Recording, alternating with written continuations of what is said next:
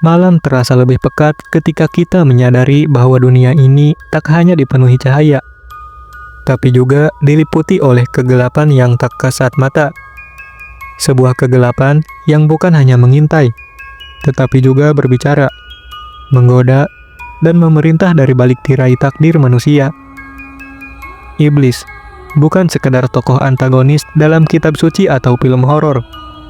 Ia adalah representasi dari segala yang ditolak, segala yang disembunyikan, dan semua yang kita takuti untuk akui ada dalam diri kita sendiri. Mengutip pernyataan dari seorang penyair Prancis abad ke-19, Charles Baudelaire, bahwa trik terhebat yang pernah dilakukan iblis adalah meyakinkan dunia bahwa dia tidak ada. Dalam ribuan tahun sejarah umat manusia, kita selalu merasa perlu untuk memberi nama kepada kejahatan. Setan, iblis, jin, daimon. Nama-nama itu bukan hanya simbol. Mereka adalah struktur. Sebuah peta spiritual tentang dunia yang tak terlihat. Tapi begitu nyata bagi yang berani membukanya. Dan di balik semua itu, ada satu ilmu yang disebut demonologi. Bukan sihir, bukan hanya agama, tapi sebuah arsip gelap yang menyusun hierarki neraka, mencatat para penguasa kejahatan, dan membongkar rahasia di balik doa-doa yang tak pernah dikabulkan. Video ini bukan untuk melemahkan iman, dan bukan pula untuk memuja kegelapan, tapi untuk membuka mata tentang bagaimana dunia ini telah lama menyembunyikan satu warisan. Peta tentang para penguasa neraka yang selama ribuan tahun menjadi bayangan di balik setiap tragedi manusia.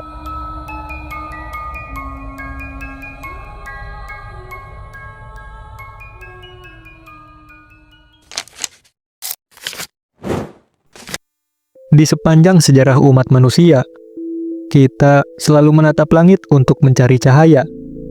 Tapi ironisnya, justru yang paling menggoda kita datang dari bayang-bayang. Setiap peradaban besar dari Mesir, Yunani, India, hingga Eropa Kristen memiliki satu kesamaan. Keyakinan bahwa ada kekuatan jahat yang bergerak di antara kita. Mereka menyebutnya dengan nama yang berbeda, tapi intinya satu. Entitas tak terlihat yang hidup dari kelemahan manusia.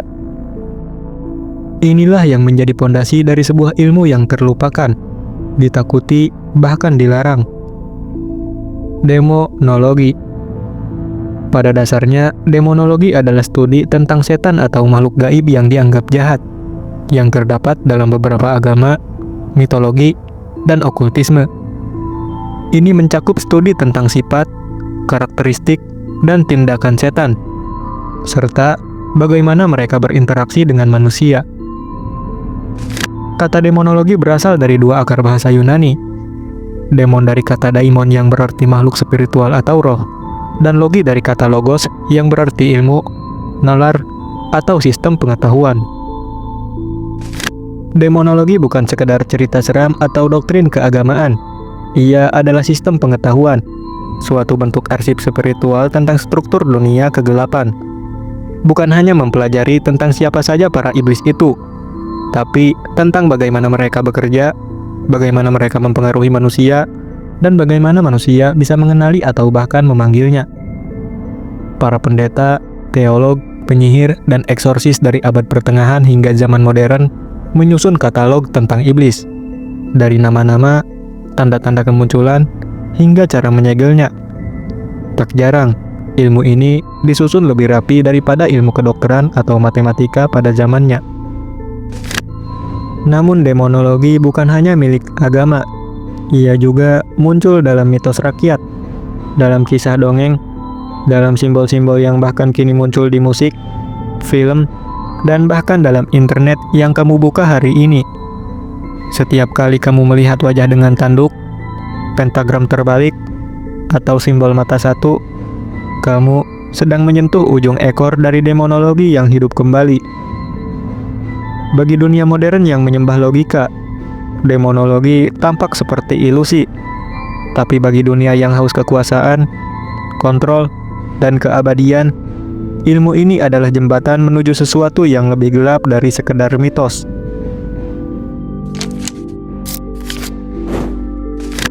iblis, setan, jin, daimon, roh jahat. Meski namanya berbeda-beda, tapi nyawanya sama. Kehadiran gaib yang menjadi simbol kejatuhan manusia, godaan, dan penderitaan. Setiap agama besar di dunia punya versi mereka sendiri tentang kejahatan supranatural. Dan di balik setiap kitab suci, ada bab yang disegel tentang iblis dan bala tentaranya. Sebelum ada gereja, sebelum lahir Islam, dunia spiritual sudah dipenuhi entitas gelap yang lahir dari teks-teks Yahudi kuno. Disinilah kita menemukan bibit awal demonologi. Kitab Henokh yang ditolak oleh kanon Yahudi arus utama menyebut tentang 200 malaikat pemberontak yang turun ke bumi dan mengajarkan manusia tentang peperangan, sihir, kosmetik, dan seni merayu. Pemimpinnya adalah Azazel. Namanya disebut dalam Yom Kippur sebagai kambing hitam yang membawa dosa umat. Dan di sisi lain ada Lilith, sosok perempuan yang konon adalah istri pertama Adam. Ia menolak tunduk, meninggalkan Adam, dan dikutuk menjadi setan penggoda yang menculik bayi dan menggoda pria saat tidur. Yahudi atau Yudaisme bukan hanya mengenal Tuhan yang satu, tapi juga dunia roh-roh gelap yang menyelinap di antara hukum Taurat.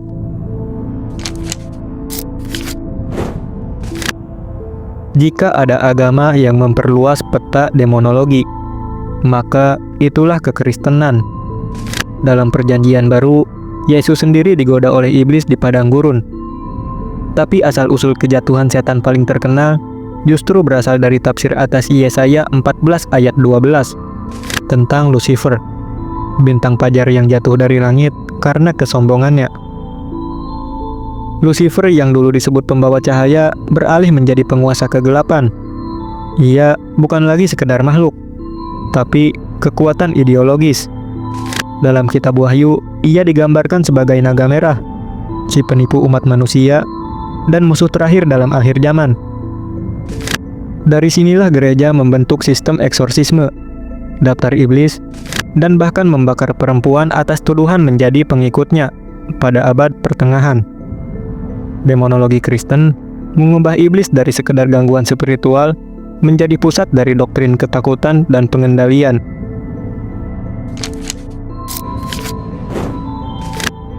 Dalam Islam, setan atau iblis tidak pernah disebut sebagai malaikat.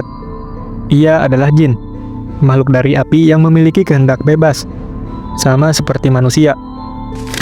Iblis adalah makhluk pertama yang menolak sujud kepada Adam. Ia tidak mengingkari Tuhan. Ia hanya menolak perintahnya. Dari situlah kesombongan spiritualnya tumbuh. Dan ia bersumpah untuk menyesatkan manusia hingga hari kiamat.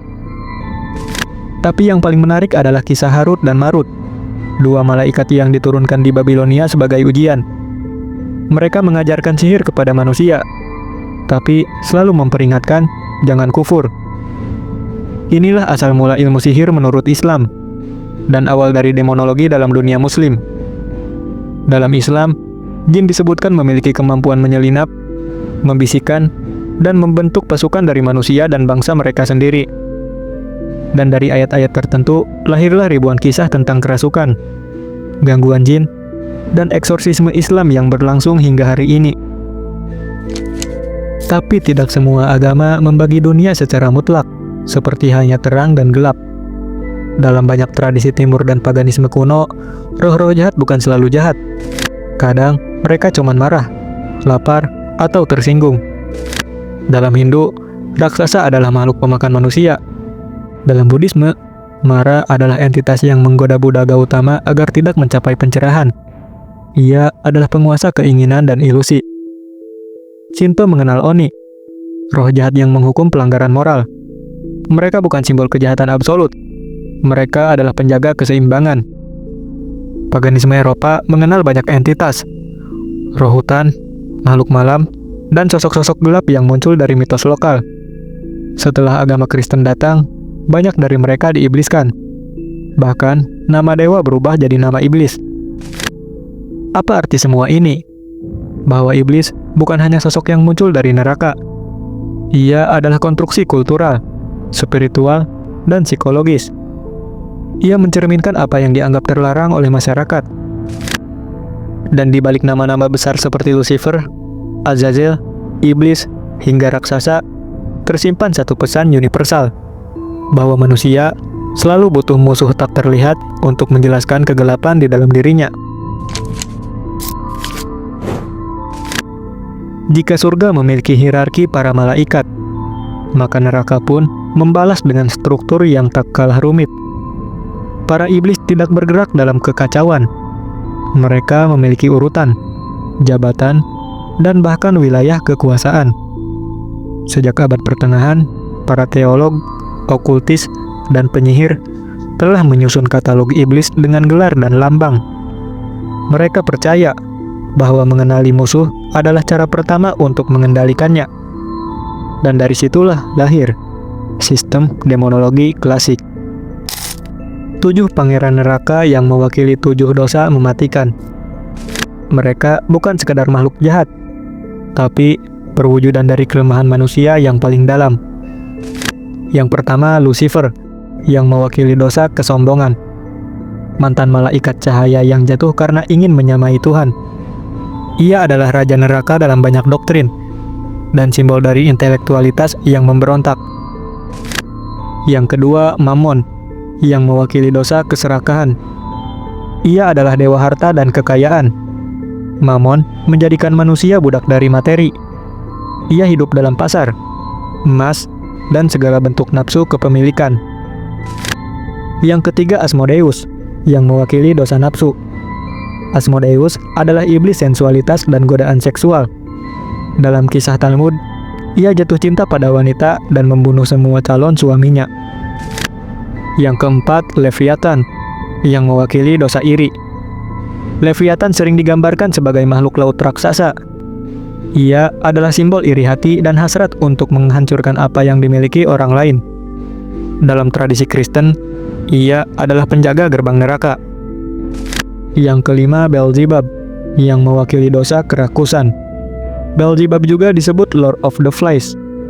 Ia adalah roh yang mengisi kekosongan dengan kerakusan, dari makanan hingga pengaruh spiritual. Yang keenam, Satan, yang mewakili dosa kemarahan. Satan digambarkan sebagai sosok perusak, pembakar, dan pembalas. Satan dalam peran ini adalah kekuatan murni dari kebencian dan pembalasan dendam. Dan yang ketujuh, Belphegor, yang mewakili dosa kemalasan. Ia menawarkan inovasi dan solusi cepat, tapi ujung-ujungnya selalu membawa manusia pada kemalasan dan kehancuran batin. Setiap dosa ini bukan hanya perilaku. Ia adalah jendela menuju pengaruh gaib yang bersembunyi di balik keputusan manusia. Salah satu naskah paling terkenal dalam demonologi adalah Ars Goetia, bagian dari The Lesser Key of Solomon. Konon Raja Salomo memiliki cincin yang bisa memanggil dan mengendalikan 72 iblis, lalu menyegelnya di dalam bejana tembaga. Setiap iblis dalam daftar Goetia memiliki gelar, atribut, dan fungsi, layaknya pejabat kerajaan neraka.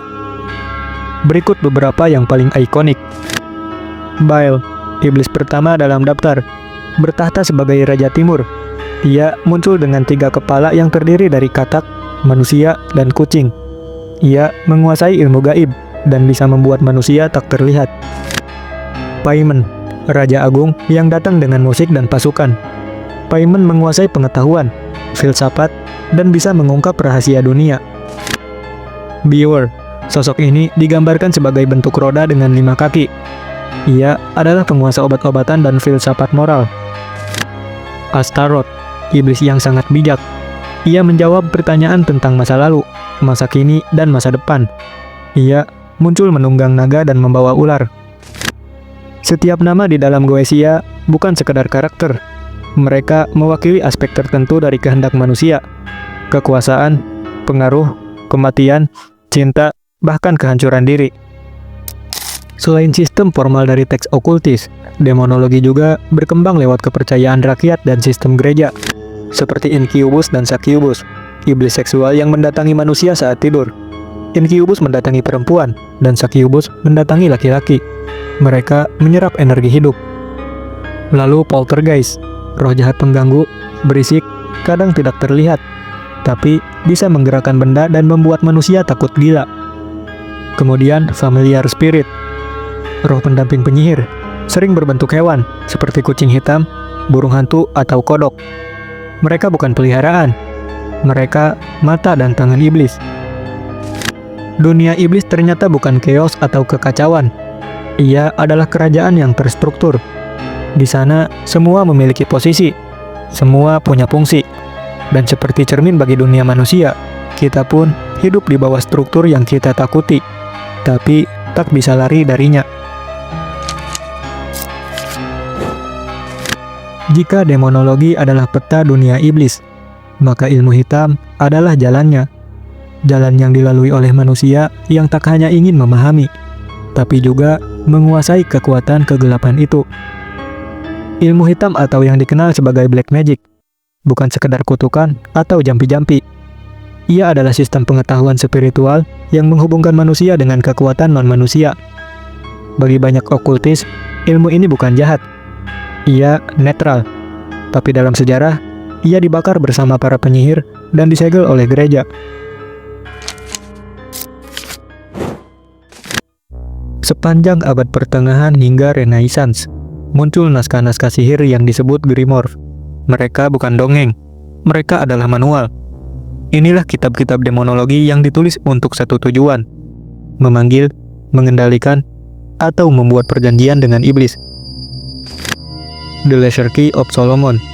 Kitab ini berisi 72 iblis Ars Goetia, lengkap dengan cara memanggil dan mengusir mereka. Kitab ini masih digunakan oleh kelompok okultis modern. The Grand Grimoire. The Grand Grimoire diduga ditemukan pada abad ke-16. Konon, kitab ini berisi ritual pemanggilan Lucifer dan paktum perjanjian dengan iblis. Picatrix. Picatrix, sebuah ensiklopedia sihir dari dunia Islam abad ke-10. Penuh dengan astrologi dan manipulasi spiritual. Buku ini dipelajari oleh para alkemis dan filsuf gelap Eropa. Clavicula Salomonis, bagian dari Key of Solomon. Kitab pemurnian dan penyegelan iblis. Buku ini menyusun ritual yang harus dilakukan selama hari tertentu, jam tertentu, dan bahan tertentu untuk membuat kontak dengan dunia gaib. Ritual pemanggilan iblis tidak dilakukan sembarangan. Ia penuh aturan, pantangan, dan resiko. Bahkan salah ucapan satu kata bisa berarti kehancuran diri. Langkah-langkah umum yang disebut dalam banyak grimoire seperti persiapan ruang dengan menggambar circle of protection dan menyalakan lilin dalam jumlah tertentu, melakukan pemanggilan dengan menyebut nama iblis, segelnya, dan pangkatnya, lalu melakukan penawaran, bisa berupa darah, nyanyian, atau bahkan kesepakatan jiwa. Kemudian komando, memberi perintah dalam nama yang lebih tinggi untuk memaksa iblis tunduk. Dan terakhir, pelepasan, menutup ritual agar iblis kembali ke tempatnya dan tidak menetap di dunia nyata. Kesalahan fatal bisa membuka gerbang yang tak bisa ditutup kembali. Banyak kisah tentang kematian mendadak, kegilaan, dan gangguan berkepanjangan yang terjadi setelah ritual yang gagal. Salah satu cabang ilmu hitam yang paling ditakuti adalah nekromansi, komunikasi dengan arwah orang mati. Tidak semua nekromansi jahat, tapi dalam konteks demonologi, ia sering digunakan untuk memanggil roh sebagai perantara iblis. Beberapa ritual bahkan menyarankan penggunaan darah manusia atau hewan sebagai sarana pemanggilan dan peneguhan perjanjian. Pengorbanan dalam banyak grimoire adalah simbol totalitas, bahwa manusia benar-benar menyerahkan sebagian hidupnya untuk kekuatan gaib. Apa yang dicari manusia dengan membuka gerbang ke neraka? Apakah kekuasaan, pengetahuan, atau keabadian? Tapi semua itu menuntut harga, dan harga yang diminta bukan sekadar uang atau darah, tapi jiwa. Dalam dunia demonologi dan ilmu hitam, tidak ada yang gratis. Semua terikat, semua tercatat, dan semua akan ditagih pada waktunya. Demonologi bukan hanya teori. Ia telah merasuki sejarah. Ia telah membentuk hidup dan kematian manusia. Dan ia telah mempertemukan orang-orang jenius dengan kekuatan paling gelap. Tokoh-tokoh penting dalam dunia demonologi. Johann Weyer, seorang dokter dan ahli okultisme dari Belanda. Ia adalah murid dari Agrippa dan penulis salah satu katalog iblis pertama dalam sejarah, Pseudomonarchia Daemonum. Buku ini menyusun nama-nama, jabatan, dan kekuatan dari puluhan iblis yang dipercaya sebagai penguasa neraka. Namun pada awalnya, Weyer menulis buku ini bukan untuk memuja iblis, tapi untuk membela perempuan yang dituduh sebagai penyihir. Bagi Weyer, banyak kasus kerasukan hanyalah penyakit mental. Ia adalah salah satu yang pertama mencoba menghubungkan demonologi dengan ilmu kedokteran. Tapi tetap, ia juga percaya bahwa iblis itu nyata. Seorang filsuf dan okultis Prancis, Eliphas Levi, dikenal karena menggambar ulang sosok Baphomet yang kini ikonik. Ia menggabungkan demonologi dengan filsafat, kabalah, dan simbolisme kuno. Levi percaya bahwa iblis bukan hanya makhluk jahat, tapi arketipe bayangan sebuah kekuatan yang bisa dimanfaatkan atau ditundukkan. Levi tidak menyembah iblis, ia mempelajarinya. Dan dari Levi, lahirlah pondasi banyak gerakan okultisme modern. Aleister Crowley adalah pendeta, okultis, penyair, dan pendiri The Lima, sebuah sistem spiritual yang dianggap oleh banyak orang sebagai bentuk modern dari demonologi. Ia pernah menulis ritual pemanggilan setan, melakukan eksperimen magis, dan menyatakan dirinya sebagai binatang 666. Namun bagi para pengikutnya, ia adalah jenius spiritual yang menembus batas antara manusia dan kekuatan ilahi, maupun satanik. Nama Crowley muncul dalam hampir semua teori konspirasi tentang ritual elit dunia. Tapi satu hal pasti, ia telah menghidupkan kembali demonologi dalam wajah abad ke-20. Pendiri Church of Satan atau Gereja Setan, sekaligus penulis The Satanic Bible. Anton LaVey bukan pemuja iblis dalam arti harfiah. Ia menciptakan filosofi satanisme modern, hedonisme, individualisme, dan anti-agama. Namun dalam praktik ritualnya, LaVey tetap merujuk pada struktur demonologi kuno, menggunakan simbol-simbol iblis, dan menyusun misa hitam dengan kemasan modern. Bagi LaVey, demonologi adalah bahasa metafora untuk mengunggah naluri dasar manusia.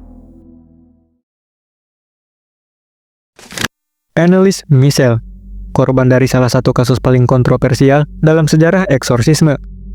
Anneliese Michel, seorang gadis Katolik di Jerman, yang mengalami halusinasi, kejang, dan mendengar suara-suara aneh. Gereja mengklaim ia dirasuki oleh 6 entitas, termasuk Lucifer, dan ia menjalani lebih dari 60 sesi eksorsisme. Namun hasilnya, ia meninggal dalam kondisi dehidrasi, kurus, dan luka parah. Kasus ini mengguncang dunia, dan menjadi inspirasi bagi film The Exorcism of Emily Rose. Vatikan memiliki divisi resmi untuk eksorsisme. Salah satu tokoh misteriusnya adalah Pastor Malachi Martin. Dalam beberapa wawancara, ia mengungkap keberadaan kasus kerasukan setan tingkat tinggi yang melibatkan keluarga elit, bahkan para pejabat gereja sendiri. Martin mengklaim bahwa ada perang spiritual yang terjadi secara diam-diam di dalam institusi agama. Ia menyebut iblis sebagai intelijen aktif yang cerdas dan penuh tipu daya. Dan eksorsisme bukan pertunjukan, tapi perang nyata. Para tokoh ini, dari ilmuwan, filsuf, penyair, hingga pendeta gereja, semua bertemu di satu titik. Dunia gelap yang mengintip dari balik realitas. Dan para korban, mereka adalah saksi bisu dari dunia tak terlihat, yang kadang membocorkan dirinya ke dunia kita, dengan harga yang mengerikan. Dulu, demonologi hanya dibisikkan di ruang-ruang bawah tanah, disembunyikan dalam perpustakaan rahasia, atau dibakar oleh gereja. Namun hari ini, ia menjadi bagian dari budaya pop, tren internet, hingga bahan jualan jutaan dolar. Demonologi tidak lagi sembunyi.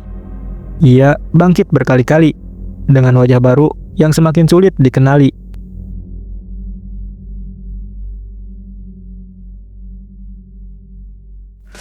Sejak film The Exorcist mengguncang bioskop pada tahun 1973, dunia mulai mengenal iblis sebagai bintang utama dalam hiburan. Tidak lagi abstrak, tidak lagi simbol, tapi visual nyata yang bisa ditonton. Karakter-karakter seperti Valak, Pazuzu, Bathsheba, semuanya diambil dari naskah-naskah demonologi kuno. Mereka diberi bentuk, cerita, dan sinematografi yang justru membuat mereka semakin hidup dalam imajinasi kolektif manusia.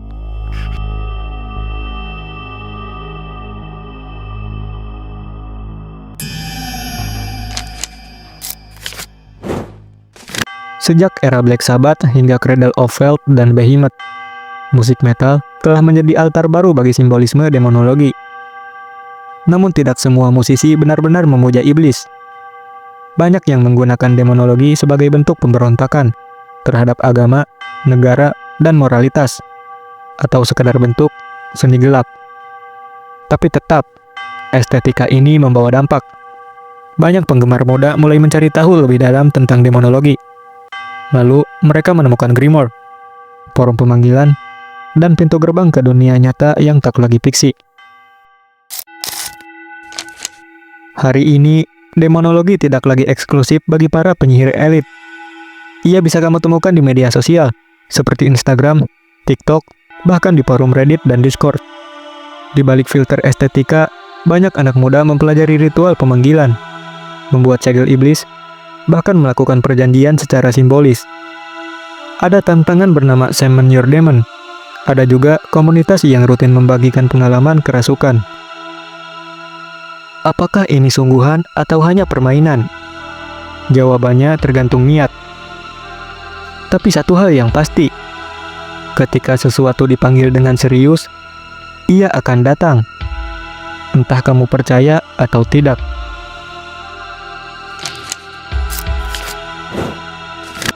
Elb dan Lauren Warren, pasangan demonolog Katolik paling terkenal di abad ke-20, mengklaim menangani ratusan kasus kerasukan. Beberapa di antaranya menjadi inspirasi film, seperti Annabelle, The Conjuring, dan Amityville. Museum mereka di Connecticut menyimpan benda-benda terkutuk yang konon menjadi sarang entitas jahat. Dan hingga hari ini, kisah mereka masih dianggap sah oleh Vatikan, sekaligus dibantah oleh banyak ilmuwan. Namun yang menarik bukan tentang benar atau tidaknya, tapi tentang daya tarik. Karena demonologi ketika masuk ke ranah budaya pop, tidak butuh pembuktian. Ia hanya butuh resonansi. Di zaman ketika semua bisa dipelajari lewat internet, demonologi tidak lagi menjadi rahasia. Tapi bahayanya justru lebih besar. Karena ketika ilmu yang dulu dijaga dengan ritual, sekarang bisa diakses tanpa perlindungan.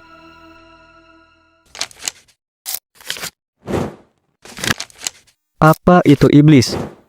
Apakah sosok nyata dari neraka atau sekedar proyeksi dari sisi tergelap manusia? Sejak dulu, manusia menyalahkan kekuatan eksternal atas keburukan yang ia lakukan sendiri. Demonologi dalam kacamata filsafat dan psikologi bukan hanya tentang roh jahat, tapi tentang pencitraan kejahatan. Tentang cara kita menciptakan sosok jahat agar kita sendiri tampak suci. Psikiater Swiss Carl Jung percaya bahwa setiap manusia punya sisi gelap yang disebut the shadow. Ia bukan kejahatan murni. Ia adalah bagian dari jiwa kita yang ditolak, ditekan, dan disembunyikan. Ketika kita menolak bagian itu, kita memproyeksikannya keluar, menyebutnya iblis, setan, atau musuh. Carl Jung mengatakan, apa yang Anda lawan akan terus ada. Apa yang Anda lawan di luar seringkali ada di dalam diri. Visi Anda akan menjadi jelas hanya ketika Anda dapat melihat ke dalam hati Anda sendiri. Siapa yang melihat keluar, bermimpi. Siapa yang melihat ke dalam, terbangun.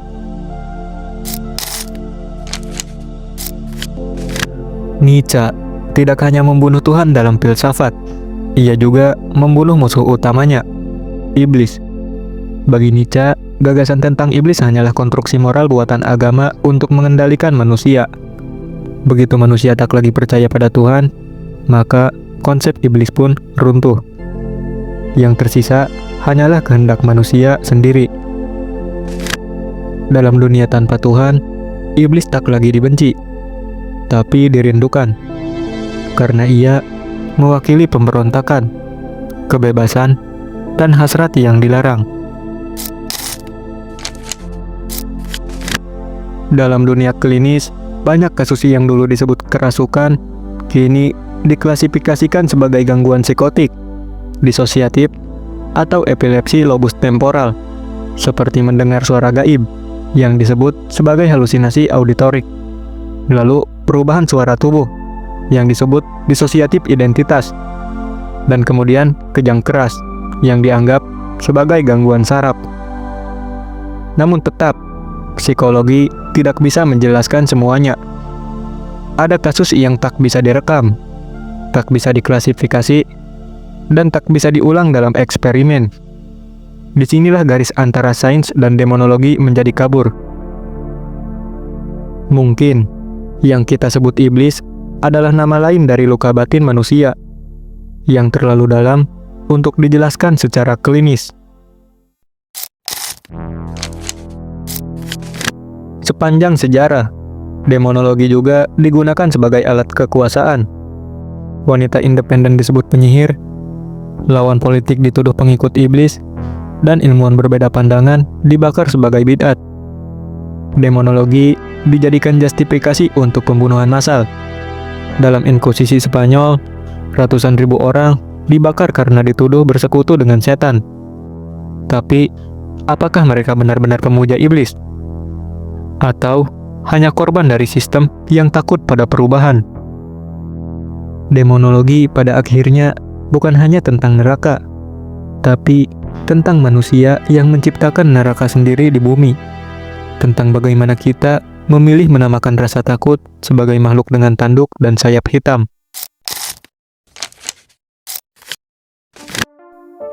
Di zaman ketika logika diagungkan dan sains menjadi agama baru, mengapa kita masih membicarakan iblis?